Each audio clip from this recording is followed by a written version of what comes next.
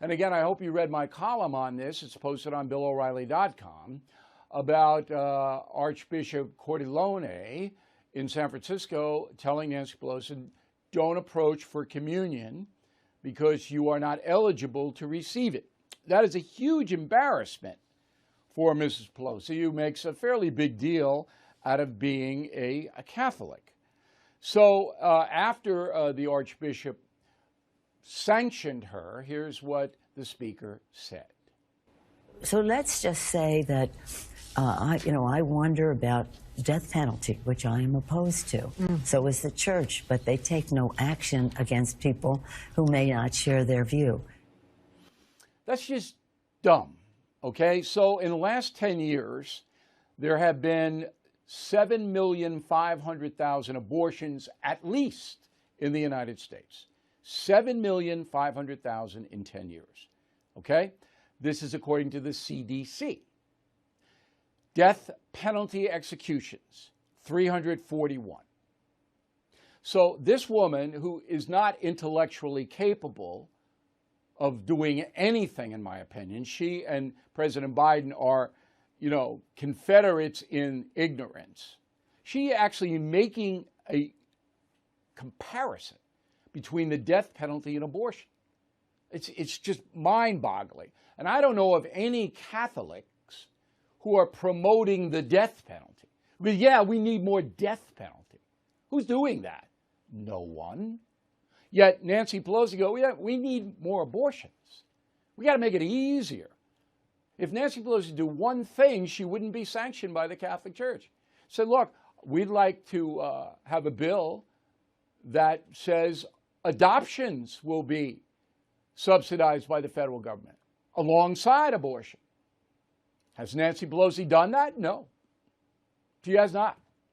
So Cordileone did the right thing, but he took hell for doing it, pardon the pun. The worst, San Francisco, I was out there in California. San Francisco Chronicle and LA Times were hysterical about it. They were melting down about it. And MSNBC put this guy on. Roll the tape.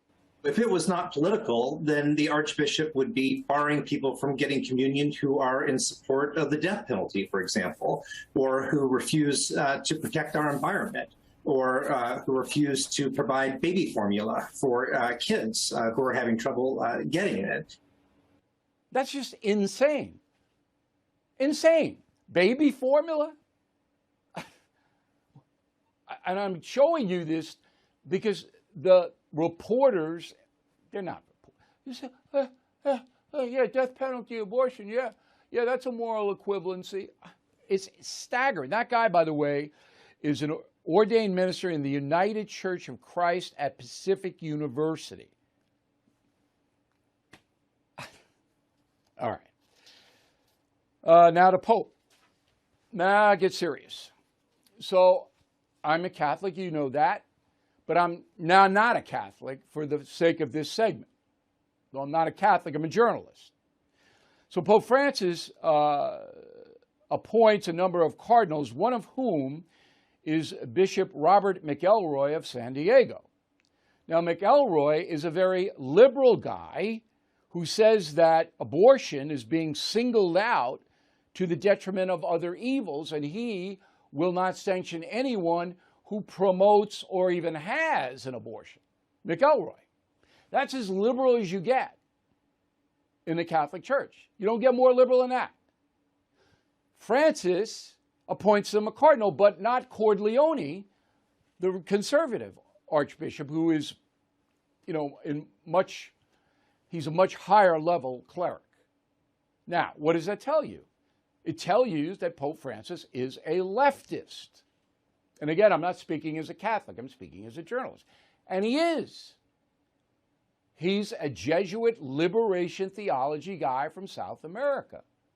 He doesn't believe that the church should publicly sanction anyone who promotes abortion. He doesn't believe it. Now, what does that do to it weakens the church, because the church life is the essential issue.